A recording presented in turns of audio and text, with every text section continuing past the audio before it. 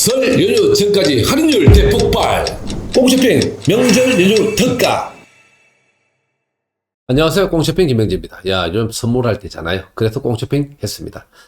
자, 토트넘과 첼시 7위와 8위 만나게 되는데, 와, 중요한 일전 중에 일전입니다. 자, 상승세를 타고 있는 첼시와 어려움을 겪고 있는 토트넘인데, 이 경기가 얼마나 중요한지를 한번 디테일하게 짚어보도록 하겠습니다. 그 전에 리그 PL의 전반적인 분위기를 1위부터 6위까지 한번 짚어보도록 하겠습니다. 자, 1위 맨시티 47점이면서 요즘 근래 분위기가 제일 좋은 팀 중에 하나가 맨시티죠.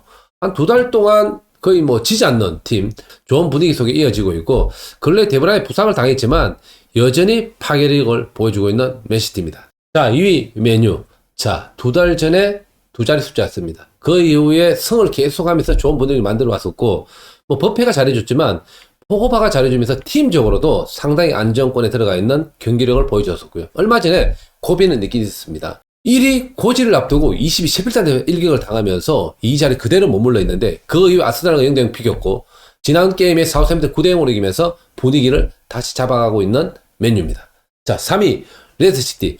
PL에서 그래도 제일 유지를 잘하면서 온 팀이 레스트가 아닌가 싶은데요. 얼마 전에 제이미 바디가 부상으로 빠지면서 어려움을 겪고 있을 수도 있겠지만, 앞으로 제이미 바디가 돌아오기 전까지는 잘 극복해야 되는 팀 중에 하나입니다. 아마도 제이미 바디가 돌아오기 전까지 잘 견뎌낸다면 레스터시티는 원하는 목표의 결과를 잡을 수가 있겠죠.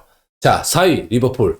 와, 클럽 감독도 이제는 위기가 오지 않을까. 물론 순위 자체는 챔스를 나갈 수 있는 순위지만 근래에 보여줬던 경기력은 클럽 감독이 리버풀 감독으로 부임 이후에 제일 큰 고난과 위기를 맞고 있다라고 해도 과언이 아닙니다. 만약 이런 식으로 두세 게임 정도 더 실패한다면 클럽 감독도 아마도 신문지상의 팬들이 경질 내기가 나오지 않을까 정도의 염려가 됩니다. 그렇지만 리버풀이 가지고 있는 스쿼드가 좋기 때문에 이 위기는 금방 회복하리라 생각됩니다. 5위 웨스트햄. 이야, 모에스 감독 요즘 뭘 해도 됩니다. 링가드가 또 가자마자 1골 1어시스트 하면서 살아났으니까 모에스 감독의 선수 교육이라든지 이런 능력치가 인정받고 있지 않나라고 생각을 한다면, 야, 이번에 황희찬이 안 간 게 정말 안타깝습니다. 참, 그런 생각이 갑자기 드네요. 6위 에버턴. 야, 이 감독 발이 아닌가 싶습니다. 안젤로티 감독의 그런 뭐 카리스마, 또 내지는 팀 운영의 어떤 그런 편안함은 에버턴의 강점을 그대로 드러내지 않았나라고 생각되고요. 7위 토트넘, 8위 첼시. 야, 이 두 팀은 이번 경기를 승리로 가져간다면 정말 얻을 게 많은 경기입니다. 또 하나, 만약에 패한다면 잃을 게 많은 경기이기도 하고요. 그 이유를 한번 짚어보면서 설명드리겠습니다. 거의 비슷합니다. 20경기, 21경기였고 성점은 똑같으니까 토트넘이 조금 더 유리하겠죠. 한 경기 작게 했으니까. 그리고 득점, 실점을 보면 또 비슷합니다. 토트넘이 득점이 34득점에 21실점, 그 다음에 첼시가 득점이 35득점에 23실점이니까 첼시가 이 경기를 이기게 되면 역전을 할 수 있는 뭐 모든 데이터가 되고요. 토트넘이 이 경기를 이기게 되면 도망가면서 챔스를 도전할 수 있는 기회가 되기도 합니다. PL 22라운드 2월 5일 새벽 5시부터 하니까 저희들은 4시부터 라이브로 여러분과 함께 만나겠고요. 경기장 토트넘 허스프입니다. 주심은 안드레 마리노. 야, 이런까지 벽하단 말이야? 한번 보시면 매치에 있어가지고 컨디션이나 또 승률에 따른 배당이 있는데, 컨디션 자체는 뭐 당연히 첼시가 좋겠죠. 근래 게임이 1승 1무고 토트넘은 근래에 2패입니다. 뭐 최근 6경기도 3승 1무 2패지만 첼시는 4승 1무 1패이기 때문에 첼시 쪽으로 조금 더 균형감이 있는 것 같고요. 배당률을 한번 보면 전문가들의 생각은 토트넘이 3.61배, 무 3.3, 그리고 첼시 승에 2.16배니까 야, 이렇게 되면 한 6.5 정도, 65% 정도가 첼시 승에 좀 배당을 좀 많이 줬으니까 아마 전문가들은 첼시가 승리한다라는 쪽에 한 60, 70% 정도 생각하고 있는 것 같아요. 근데 이런 게 있잖아요. 선수들 멘탈적으로 준비되어 있는 팀들이 어떤 팀일까라고 생각해봐야 되는 거잖아요. 저는 분위기가 토트넘보다는 이 멘탈적으로도 첼시 쪽이 더 잘 되어 있지 않을까라고 생각되는 게, 램파드 감독이 그대로 체제가 유지되었다면 아마도 토트넘 쪽이 멘탈적으로 더 준비가 잘 되었다고 생각할 텐데, 투엘 감독이 갑자기 맡으면서 확 달라진 거죠. 그 이유를 들자면 투엘 감독이 오면서 선수 구성에 있어가지고 지금 다양하게 변칙을 쓰고 있는데, 그 변칙 속에서 선수들이 긴장감을 유지하고 있다는 겁니다. 투엘 감독이 부임 첫 게임에는 온톱을 지를 썼단 말이에요. 그러면서 에이브램과 경쟁을 시켰고, 또 나머지 선수들도 약간 스쿼드를 변화주면서 투엘 감독이 긴장감을 유지했었는데, 그때 당시에 보면 첼시의 승리 배당률 1.66, 그리고 울버햄튼이 5.64였으니까 그러면 첼시가 승리할 게임에 비겼다는 얘기예요.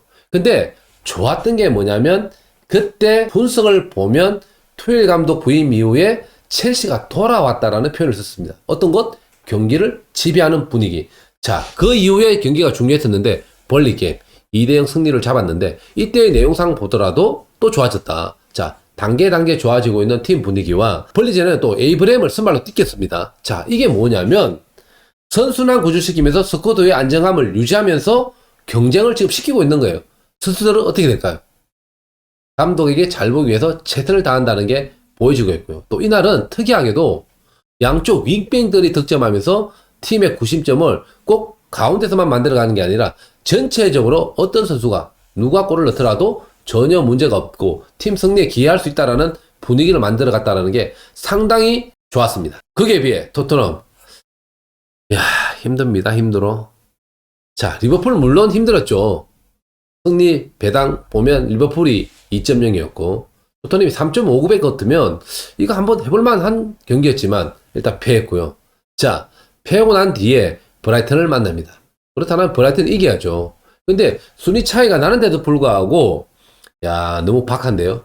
토트넘 승리에 2.38, 브라이튼 승리에 3.16, 무승부에 3.3이었으니까 아마도 요즘 토트넘의 분위기를 그대로 반영하지 않았나라는 생각이 들었고 케인이 빠져있는 토트넘에 대해서는 혹평을 가했다라고 보여지는데 게임 내용 또한 혹평이었습니다. 그러면서 브라이튼한테 이렇다 할 활약을 보이지 못하면 1대0 졌었는데 이때 패인의 요인이 선수였냐 또는 감독이었냐를 논할 때는 저는 감독 탓이 컸다라고 봅니다. 왜 그러냐면 일단 먼저 선수 구성에 있어서 제가 3-4-3 쓸 수 있는 그런 구조가 아니었다라고 보는 거예요. 자, 3백 쓴다라면 맨투맨이 좋으면서 그 뒤에서 리베로 역할을 해줄 선수가 또 필요했었고 또 내지는 오른쪽 왼쪽에 윙백의 공격 가담률이 상당히 좋아야 되는데 시스코 등을 치면서 받았던 패스 타이밍이 많았고 공격적인 움직임보다는 수비적인 움직임이 많았다. 그럴 바에는 포백을 쓰면서 더블 볼란치가 들어가는 게 더 좋지 않았을까라고 생각이 들고 또 하나 3백 같으면 수비에서 강한 모습을 보여주면서 찬스를 만들어가는 팀이었는데 수비에서 안정감도 갖추지 못했다. 결국은 수비수들의 문제점들이 많이 야기되었다라는 게 전반전 마치고 바로 포백으로 전환합니다. 이건 뭐냐면 전반전 플랜 A라고 생각해서 준비 가져왔던 3백이 완전 실패했다라는 것을 자인하는 것이죠. 전 사실 좀 모양했던 게 자, 원톱 같으면 해리케인이 보면서 그 자리는 그래도 비니시우스가 제일 잘 어울리거든요. 그럼에도 불구하고 손흥민 올라가면서 윙포드로 베일을 넣었는데 이게 오히려 저는 패착이 아니었나 싶은 게 베일이 그 지난 경기에 팀에서 좋은 모습을 보였다라면 뭐 뛰어도 상관없었는데 공격 내지는 수비를 할 때 속도 없는 수비를 했다. 또 내지는 역할을 잘 못했다. 이런 평가들이 더 많았잖아요.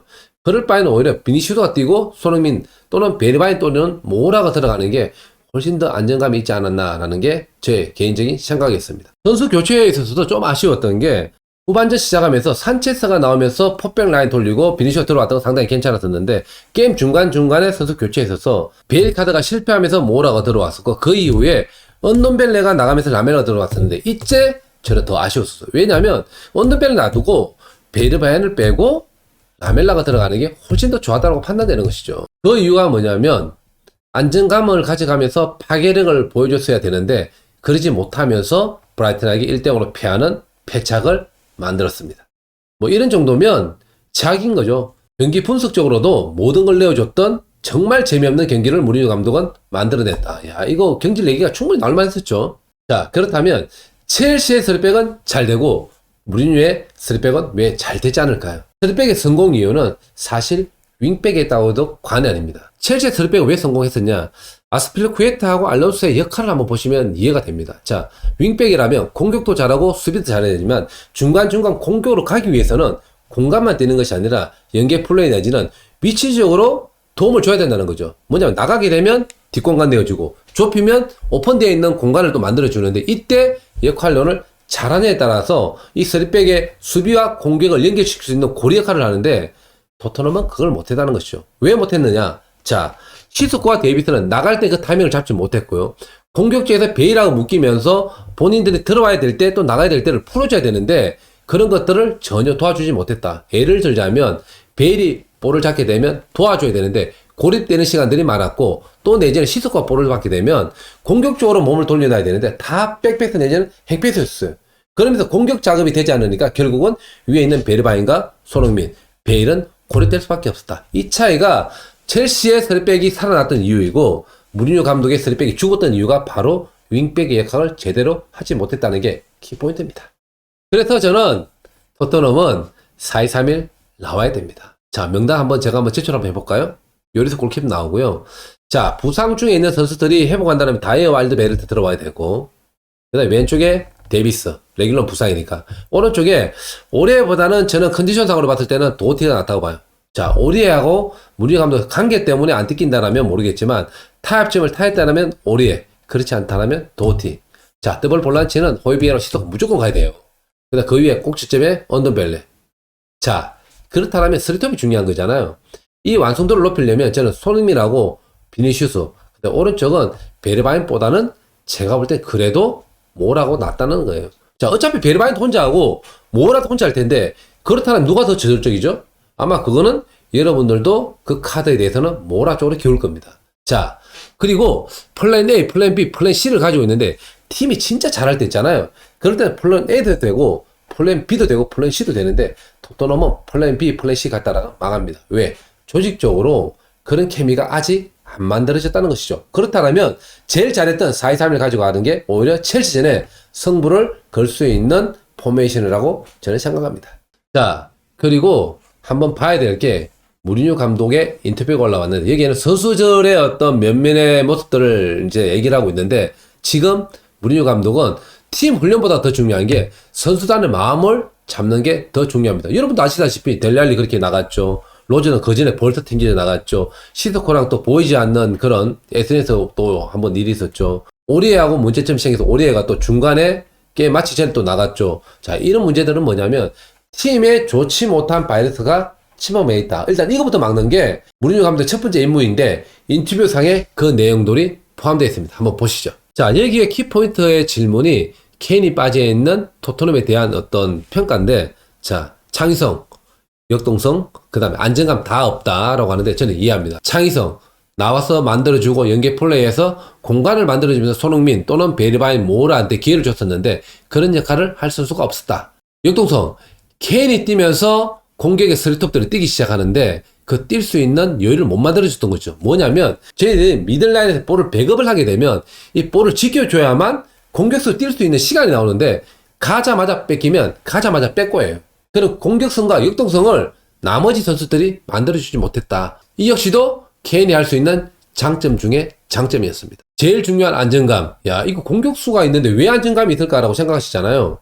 공격을 만회하게 되면 상대 수비 라인들이 치고 올라오지 못합니다. 그럼 축구에서는 숫자 싸움이 중요한데 상대가 수비하면 공격을 못하잖아요. 그럼 실점할 이유도 없잖아요. 그러면 자연적으로 팀은 안정감을 가져갈 수 있는데 근데 브라이튼 상대로 그런 모습을 못 보여줘서 오히려 토트넘은 무너진 이유 중에 하나잖아요. 그만큼 무서운 공격력이 안정감을 담보한다라고 했을 때는 케인의 존재감이 역시 필요한 부분이죠. 그러면서 무리뉴 감독 인터뷰 중간에 보면 알리, 언더벨레, 로셀소 얘기가 나오는데 알리 얘기가 제일 먼저 나왔어요.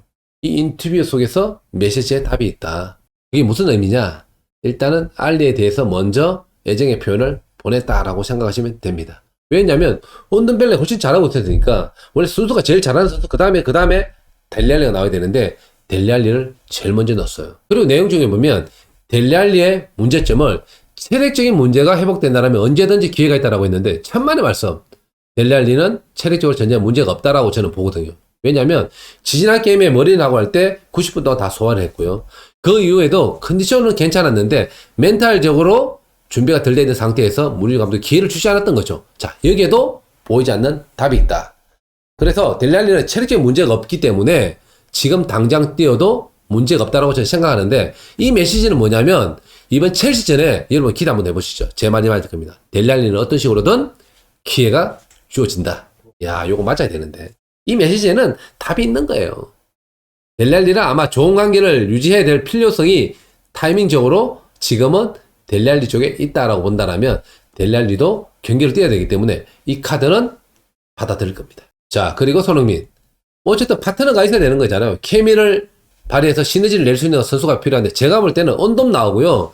그 밑에 호이비에르 시스코 나오고 비니시우스하고 모라 나온다라면 그래도 손흥민은 예전의 모습을 찾을 가능성이 많다. 또 내지는 지난 게임 토트넘은 해리케인 없이 한번 해봤잖아요. 실패 요인은 어느 정도는 지금은 찾았을 것이다 라고 생각한다면 비니시우스가 제가 볼 때 100% 나옵니다. 오히려 이렇게 되면 손흥민 예전의 활동적인 모습을 기대할 수가 있고요. 이번 첼시전에도 골을 넣을 수 있는 기회가 분명히 올 거라고 저는 생각합니다. 여러분 댓글 남겨주세요. 첫 번째, 델리알리가 90분 경기 동안 나온다 안 나온다. 두 번째, 누가 이길까? 첼시가 컨디션이 상당히 좋습니다만 저는 토트넘을 사랑합니다. 그 속에 답이 있습니다. 세 번째, 비니시우스가 원톱일까? 아니면 손흥민이 원톱일까? 돌아오는 라이브 때 만나도록 하겠습니다. 자, 1, 2, 3번 정답 맞춰주세요.